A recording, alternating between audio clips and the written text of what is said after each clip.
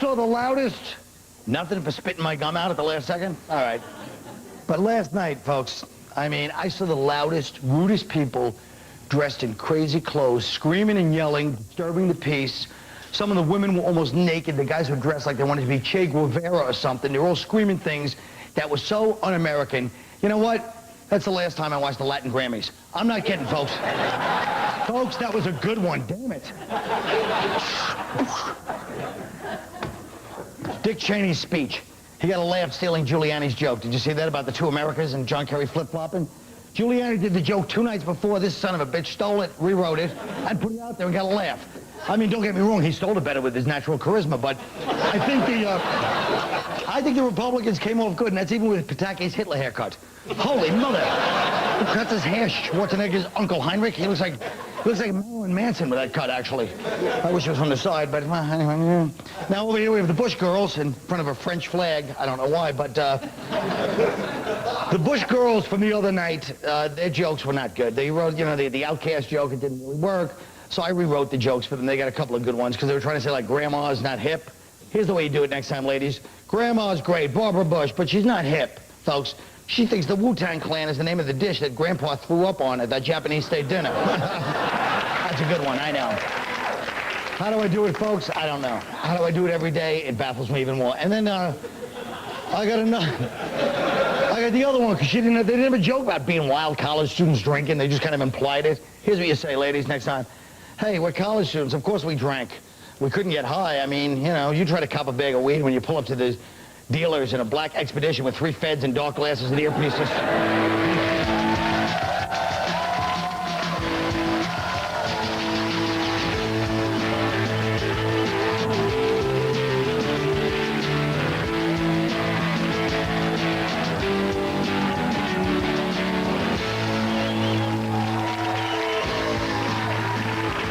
Prosecutors in the Kobe Bryant case dropped the charges yesterday because the victim refuses to testify.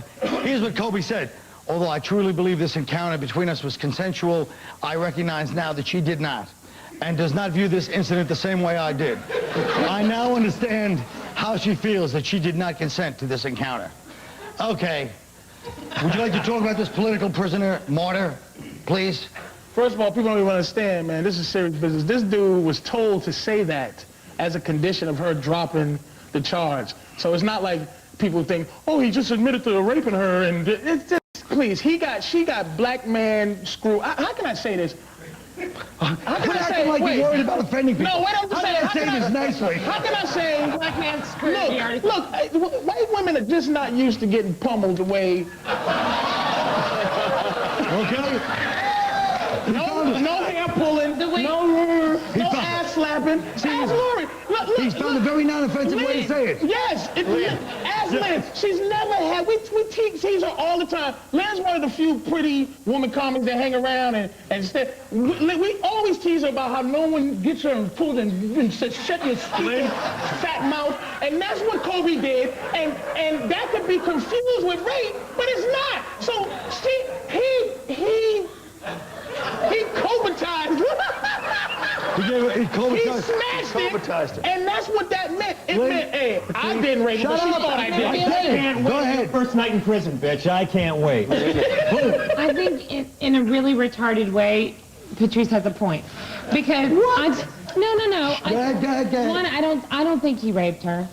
I think it was probably, but I think it was because they know that she has some history and she had other semen on her. It wasn't just history. Who does it? Afterwards, 6 hours later. Exactly. So maybe, I don't know, maybe she just wasn't used to being asked. He came out and said he realized. Now you see how America. Shut up, stupid. Because Okay. You got a 20-minute monologue up front. You son of a. Go ahead, Tom. He went on in his apology, which cracked me up, to say that he couldn't understand the pain that she felt. And, you know, if he shoved a pumpkin up his nostril, he might feel that, I think. That's a compliment to your voice. I think that might be what happened, though, because if you've never done it in the butt, then when you do, you might feel like, oh, I did something really dirty. I'm so glad you feel that way. I'll tell you exactly what it is. Enough of this nonsense, and your nonsense, too. It's not her. Shut up and let me. Can I say my opinion? Because you're afraid to let me talk, because you know I know the real deal. I'll tell you exactly what happened. Women's guilt. That's women's guilt when she's like, I think that. Look. She might not have gotten it. too? Why don't you just say you don't believe her? And have I some just passion said I about don't it. believe She doesn't believe it. She said she didn't But get she see raped. that tip-tat, that But Goldie just came out and said that he acknowledged He it wasn't didn't consensual for her. He didn't say that. Let me So when she explain. was saying, no, no, please stop, she didn't mean it? No, but Let me you know what? explain. See, yeah. Can I please? It's your show, Colin. Sorry. Go ahead. Is it, Tom? Yes. Thank you. Yes. Son of a... Can I please say something without being interrupted? All right. The bottom line is this. There will be no feminist outcry. Nobody's been told about this case because the guy's not white, so it doesn't fit into the profile that you need to attack in America. Shut your trap. I don't care. Point two. It was a culture clash where you brothers think, oh, well, you know, if I got this far, she'll easily take it up the butt. Not everybody's into that. Wait. Let me just finish. Sit down, let me finish. It's a culture clash. Look at what I'm surrounded with. There's nobody even looked at to help me. Colin, there's no way that happened. I was going to finish. Here's exactly what happened. He got up to her. She's freaking, oh, fooling around the black dude. I'm in Colorado. I'll never get this chance again. She's thinking, well, can I please tell you what happened? Go ahead. Then halfway through, instead of being satisfied, like a white guy with a little oral sex and vaginal sex, you sons of bitches always want to take it up a notch and say, yeah, let me try and jam you in. And she's like, wait. And she started crying. And that was, so I don't know if you call it rape or not. I'm sure that's but I'm just saying the way it was. That's probably how it went down. Tell me that's not how it went down, That's fella. not how it went down. Well, listen, how it went down, she'll agree with this. When women think about having sex with somebody, right, they fantasize. First of how, shut up. Wow. They fantasize first on how he's going to be in bed. Yes, and they like it violent sometimes. We all know that's stupid. That he comes off like he's going to make love, and he just went buck wild on that Colorado white coochie. She's a Colorado white girl. She's a New York white girl and never had sex with a black man. What's a Colorado white girl going to do? First of all, stupid, you didn't embed spanking and pulling hair, dum-dum. Well, we made it, we made it better like everything else. All you've got is your one natural gift. We'll leave it at that. You're not great in bed, but you do got the jammies. We'll give you that. All right. The only thing about this I don't like is you're twisted. A bunch of white guys are like missionary-style sex. Yes, We it's invented always all the like that. promotion. Get yourself. That's not true. Some white guys are wild. We like to mix it up, too. We'll be right back.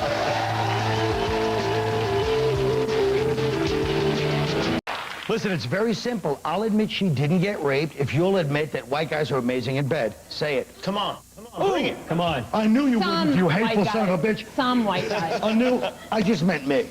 Well, yeah, you. Funny, folks. Now listen, damn it. A new safety program in Vero Beach, Florida is underway to put video cameras, GPS units, that's global positioning systems, and fingerprint reading sensors on school buses to keep track of students. Does anyone not like this idea? Fugelsang, you're very liberal. You probably hate this idea. I think it's really great that we're fingerprinting infants now. Yeah, I think it's a riot. Well, those infants are walking around blowing people's brains out, let's be In honest. Florida? What are you talking about? Florida is the biggest gun capital in the world. Tell me why in Harlem, They have tell me 8-year-old why strippers. in parts of Brooklyn you got to have a bake sale to buy textbooks post-Eisenhower era, but they can have CSI on a freaking school bus in Florida now. Because post-Eisenhower era is when all those horrible textbooks came out. Before that, those were good books. That's what happened. I don't know. So you think, obviously, you just feel like it's bad. What's the It point? sucks. Parents put kids on a bus to get away from them for a few But they are hours. really giving some kids a nice beatdown lately on those videos they catch. That's hot. And I like that. they're not infants. I think if it's their safety, like, then what's the problem? I think it keeps them safe. Grow a it Why are doesn't. they I'll doing tell you it? what, the kids, here's Grow the it. What does that mean? I It would means like growing like the guys have to fight their way on the bus. Thank you. Tell them what are you going to My tell some attorney. horrible story I'll about tell you, beating you what got? are we going to put barcodes on their, tattoo them on their forehead, shove the GPS up their ass? Kids need, they got to learn on their own, Why are they fingerprinting kids to get on a school bus? Yeah, Where's the I safety think it's part come because in? well, only because they're saying there's a lot of, I don't know, I didn't What? read the article. It's to make sure that they're... Patrice, Exactly, but I wanna hear what exactly. his brother has to I say read about the it. article. There's no reason yo, for why it. can't the brother speak? Shut up. He never rode a school bus. What's the matter? You're looking at me mocking your people's outrage over nothing? Yeah, Go ahead. that's exactly. Our outrage is different than white people's outrage. It's like, because white people feel like their kids are safe from each other's kids. Which stuttering, stupid. Wait a minute. What I'm saying is black children, except for this one, when something out of the ordinary happens to a white kid. Like, he gets beat up in the back of a bus. Out of the ordinary? Well, that's out of the ordinary. That's out of the ordinary for an average white kid. Really? To get beat up on the back of a school bus. As soon as some little white person do 18. As soon as some white kid gets beat up, then we talk about GPS. I used to get beat up every day. I know people got stabbed every other day. So did I. Where was the goddamn GPS? Stop trying to relate to me. I'm talking about the other white people, Colin. Not the Colin that's from Brooklyn, and you try to relate to both people. I'm talking about, like, John. He's a white guy. I'm very white. And Tom is a white guy. No. You're relating. I'm white. You're relating to each other in color. You're not relating to each other in relation to how you grow up. Tom's a white dude. He's a white dude. So I'm GPS so white, seems like it's outrageous. The only time white people get really scared for their children is the Amber Alert thing, the kidnapping and all that stuff. They're not afraid of other white kids doing things to their children. That was a long way of saying absolutely nothing, and I enjoyed it. I'm telling you. If you're gonna have cameras on a bus, I got no problem with that. You don't want your kid getting smacked in the head with a baseball bat? God bless you. But the fingerprinting people, it's a little bit creepy. They're fingerprinting children going on buses now. Why is that creepy? For your safety. Why is that more creepy than cameras? What are they doing? They smuggling kids to school? What the hell is the conflict? They're getting abducted. That's it. But if you get on the wrong bus... Getting abducted? So fingerprinting is going to keep some kid from getting abducted? Yeah. When I was a kid, you'd get frisked getting on, and the guy would give you piggy front rides right after that. It was ugly. And then he had his own special fingerprinting thing. I think I was in the same pastor, actually. If they had fingerprinted some of those police, I wouldn't be standing here today. Oh. Nothing? Oh, damn it. Folks, you know what it is? I set the bar too high. They want to make a joke. The crowd's like, nah, Carl, you're better than that. Thanks, folks. Well, listen, let's talk about Krispy Kremes. That's what it is, John. I set the bar high. Childhood safety. Well, Krispy Kremes in Palm Beach County are offering free donuts for every kid that gets an A on their report cards. So, of course, people are outraged. Because they're fat. People are going to be fat in this country. First of all, what are you supposed to do? Pretend to be poor like every other country? That's an insult to their real starvation. No, I think it's great we're producing more fat nerds. I think it's great. But when this is like Krispy Kreme, Dunkin' Donuts are cocaine, okay? Krispy Kremes are crack. And this is how you get the kids hooked early. You give them a taste right away.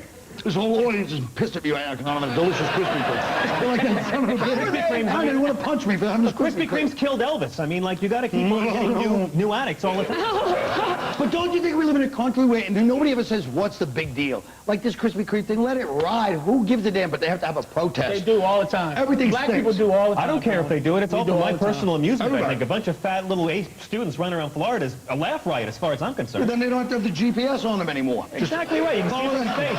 Follow the Krispy Kreme. But who are they to commend A students when they can't even spell Krispy Kreme? There's no K. What do you mean? Oh, yeah, that's a good point. Lynn, what do you think? That was a good one, Tom. Thank you very much. Lynn, let me ask you this. And Lynn, you used to be heavy, and don't bring up that I know what it feels like, because I used to be... What? You used to be... I cannot believe you said that. Lynn was a fat one. She used to be a fat one. Lynn used to clock in at about 240. But listen. But you look gorgeous.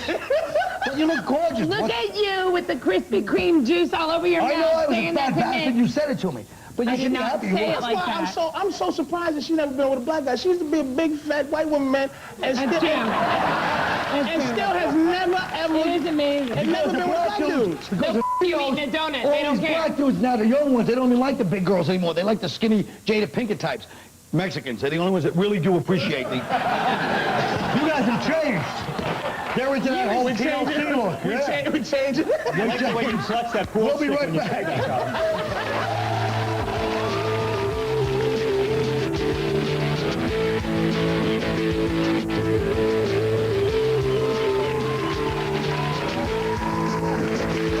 Comedians spend half their time on stage talking about men and women, and some of them will actually bring armpits into the discussion, but that's not what we're here to talk about tonight.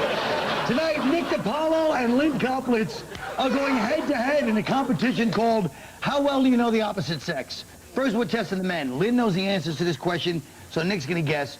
Okay, what 3 qualities do women look for most in a man? Nick, you got 15 seconds. Dun, dun, dun. Esther. Esther.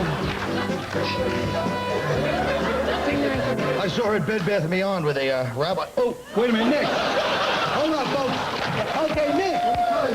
I'm sorry. Nick's getting there. What are you trying to do? I'm trying to blow out the roof. Okay, Nick, what do you think are the 3 qualities most women look for in a man? They look for confidence, sense of humor, and a penis thicker than Hillary Clinton's ankles. All right, Lynn, what's the correct answer? Okay, I said an old geezer with a lot of money and no next of kin. I got relatives, but go on. Oxygen tank and fatal allergies. She's not playing games, Lynn.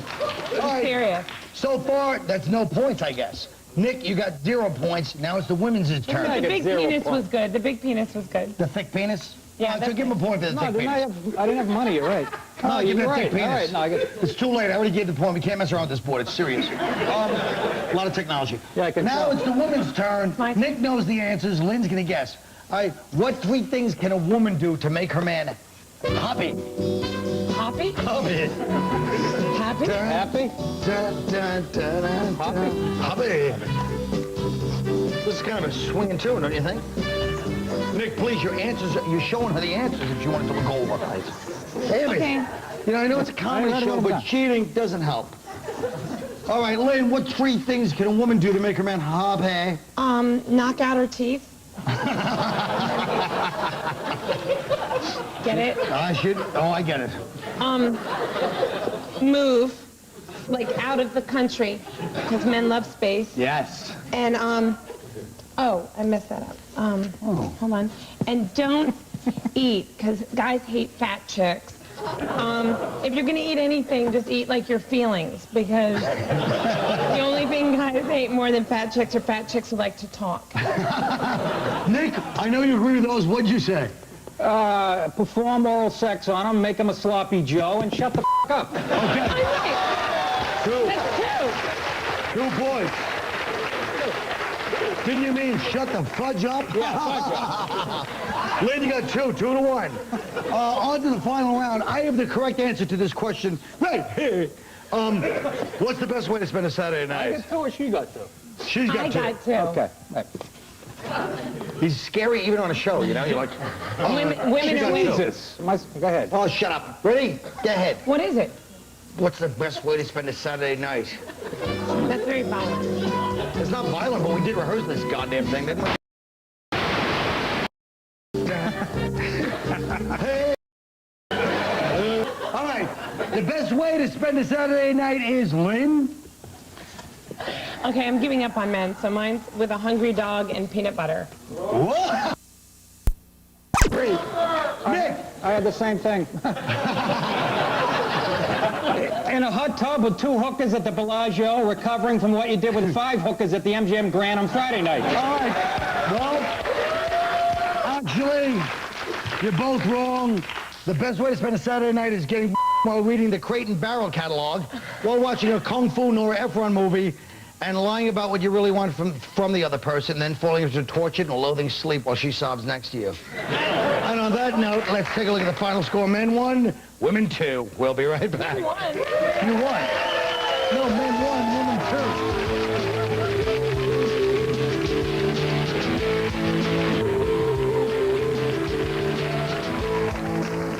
How are we doing well that you couldn't accept my answer? Think about that. Folks, 2 real romantics who met in Walmart loved the store so much they decided that they're wedding there. If you had to get married in a place that means a lot to you, where would it be? And describe the ceremony. Patrice O'Neill. I get married at one of those ultimate fighting cages during a match. I have Frank Shamrock as my best man, and every time I get ready to say I do, Frank would choke me unconscious for being stupid enough to get married. And if my fiance tries to wake me up, his brother Ken will come flying knee kicker right in the side of the temple, and we'll both spend our honeymoon in a coma. All right. Tom Cotter. Well, I already had my perfect wedding. It was the one my wife planned for us. Okay, enough of that crap. My ultimate wedding would be a Rastafarian service held in Fenway Park. My bride would be a dwarf mute nymphomaniac gymnast with a trust fund. And all my groomsmen would have Down syndrome so that I look particularly fetching on my special day. Okay. John Fugelsang. First off, I love the Walmart story. It's the first time they've ever allowed a union in a Walmart. But I would love to get married right here in New York City tonight at the Republican National Convention, because these wonderful people that go to the convention seem to enjoy watching grown men make promises they don't intend to ever keep.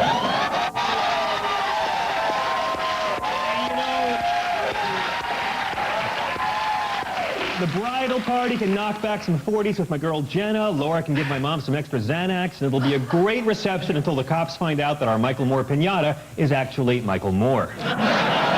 Okay. Lynne, Koplitz.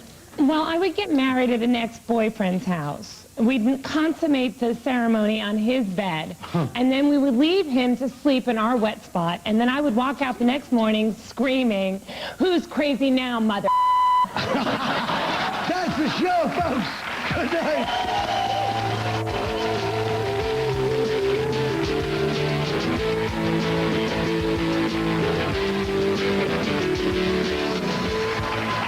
Tonight, you said that being fat in this country is good for other countries to see. What exactly did you mean by that? Well, I'm just saying that people saying, oh, we're such a fat nation of excess. If we have all the food and we don't eat it, it goes bad. All the other countries are like, you bastards, we're skinny because we have to be. You could be fat, try to be, enjoy it. It's like in the old days, people admired the king.